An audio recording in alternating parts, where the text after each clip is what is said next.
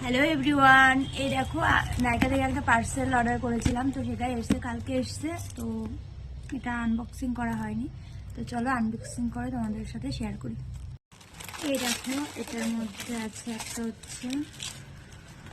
একটা হচ্ছে sunscreen order দিয়েছিলাম। তো এটার আমি আগে হচ্ছে ভিটামিন সিটা ইউজ করেছি, তার আগে এটা ইউজ করেছি, খুব ভালো এটা।